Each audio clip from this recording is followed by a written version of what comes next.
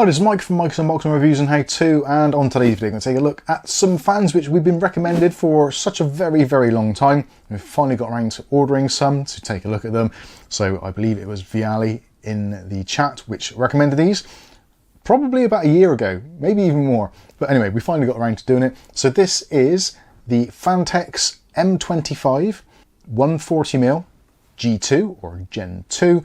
They also do these in various colours, so you've got them in the white, which we've got here, also black version, and also you can buy them in packs of 3, like this one here, or you can buy them in a single pack, such as this one.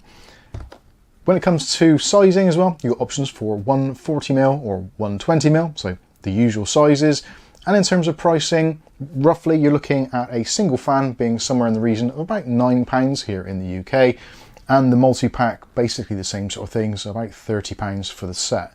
Now these fans actually do a few things which some other fans don't, such as you can daisy chain them, as you can see here, so they are blocked together, but also you can actually connect them to varying different devices. So they can be used with a standard 5V 3-pin addressable RGB header, which we have on most motherboards these days, and also the traditional 4-pin PWM. But also it does support the Next Link, which is basically Phanteks' own controller, so you can plug them into there directly. That's on a specific 6-pin connection, which the fans have as a default, but there is adapters included in the packaging, which we'll go through next. So if we start first of all with the 140mm, the single one, again 140, 120, they're going to be basically the same sort of thing. So yeah, M25 140 G2, so generation 2. The difference between Gen 1 and Gen 2, slightly better motor, and also the design. You've got a infinity mirror on the center hub, which you don't have on the first generation.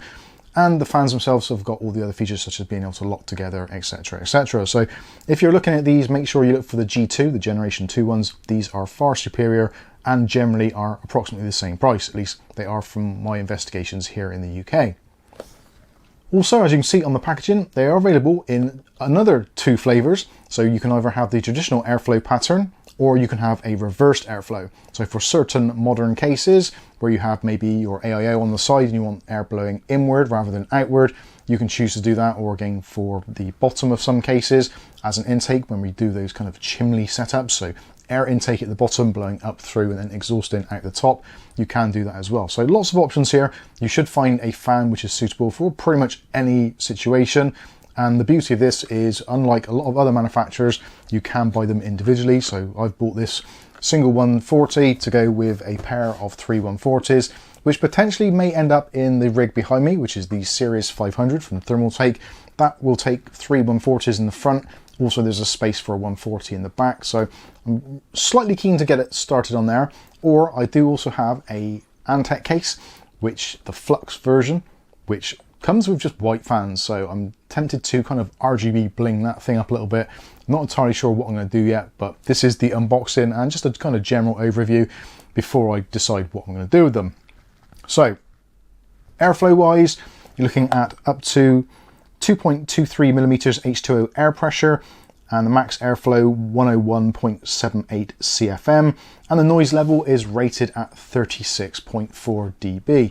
Now, I don't have the facilities to do in-depth testing in terms of noise levels, so let me show you some examples now. So we'll have the fans at 0, 25%, 50%, 75%, and 100%. You can listen to the differences. It's very difficult to get a low noise floor in this particular room. There are multiple PCs, we've got a refrigerator just to the side of us, there's cats, etc.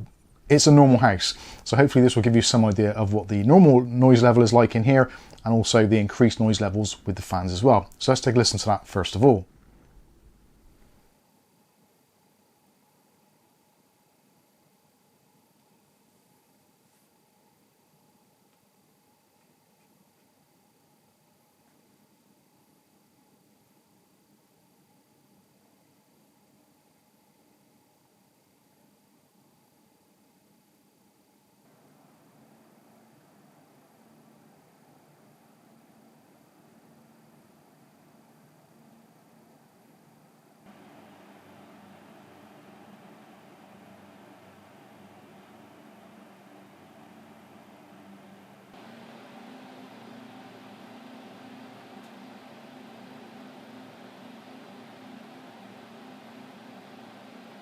So I think you'll agree they do make a little bit of noise, especially at the higher RPMs, but it is moving a lot of air, and certainly compared with other fans I've used of a similar sort of price point and similar technologies and features, I think they are a little bit quieter. The fan blades themselves, there's not really a lot of vibration there, so I think for the money they actually do seem to be pretty worth it. So the next thing to do is to take a look at what we actually get included in the box. We'll do that with the 3-pack, just so you can see what it is. Obviously with the single one, you're just going to get less of everything. So with the 3-pack, obviously you get the 3 fans, which we'll take a closer look at shortly.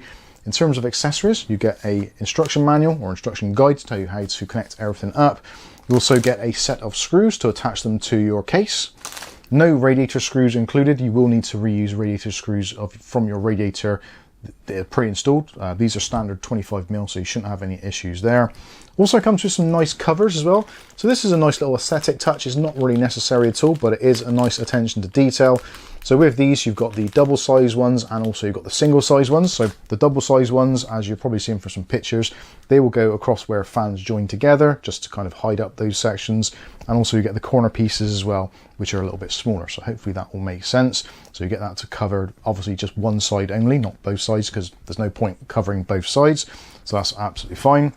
When it comes to the cabling, so you get your primary cable. So this primary cable splits the 6-pin, which is the default connection on here, which we'll take a closer look at. That splits it down into the Phanteks style connector. I think that's an AST, I'm not too sure what they call that, but I've seen other devices using it. Also splits it down into 4-pin PWM and the traditional 5-volt 3-pin ARGB connection. So that's absolutely fine. Again, you've got the 6-pin connection there, so that connects to the fans themselves. This one, in terms of length, not particularly long, but should be enough for most situations. With this one, you're looking round about 50 centimeters. Without measuring it, I think it's about 50 centimeters thereabouts. If that's wrong, I'll put it on the screen for you. Now, some of you are probably thinking, well, that's great, Mike.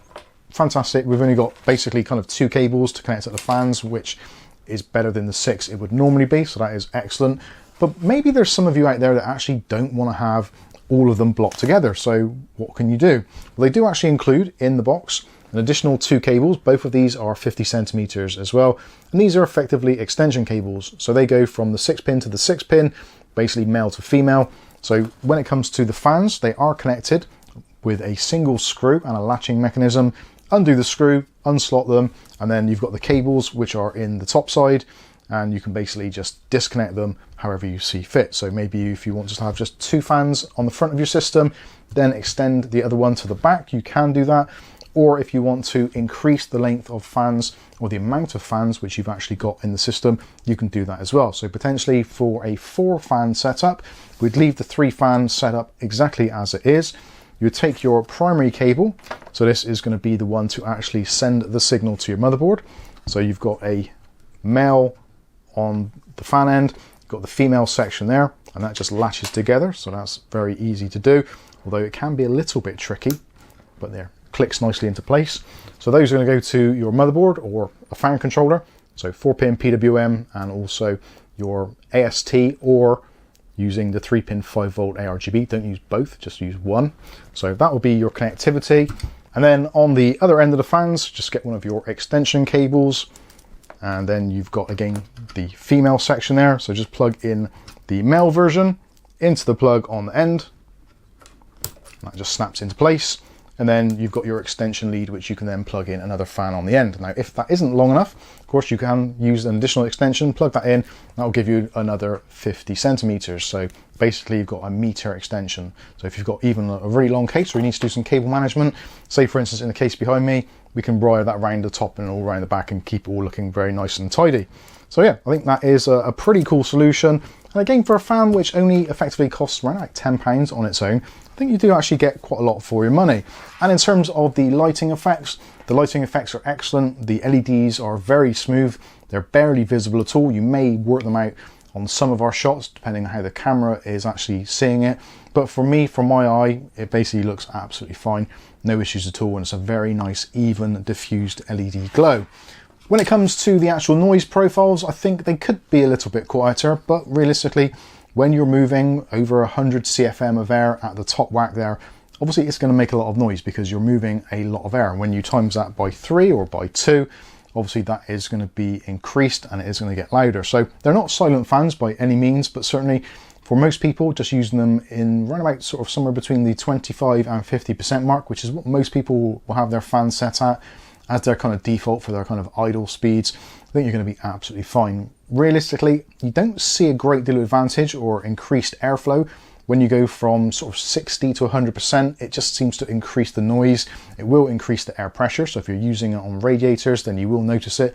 If you're using them as just traditional airflow in your case, then it's going to be less obvious. So yeah, I think these are pretty good overall. Not entirely sure if they're worth the £10 each. I would like to see them a little bit cheaper, but that is the case with all things these days. But nothing seems to be getting cheaper. Everything seems to be getting more expensive, and with things like the inflation and tariffs, etc., then yeah, you would expect them to actually probably get more expensive than they actually are. I think they have come down a little bit. I think originally when they came out, they were about £14, so they have dropped a little bit. And certainly if you're looking for some 140 or 120mm fans to replace what is in your system, maybe stock fans, I think these are definitely well worth a look. So thanks very much to Viali for suggesting these to us, much appreciated. And if you can suggest any other fans which you think may be beneficial, which we should take a look at on the channel, let us know in that comments section below, or head over to our Discord and put it in the video suggestions section. Be glad to hear from you, see what you guys think out there.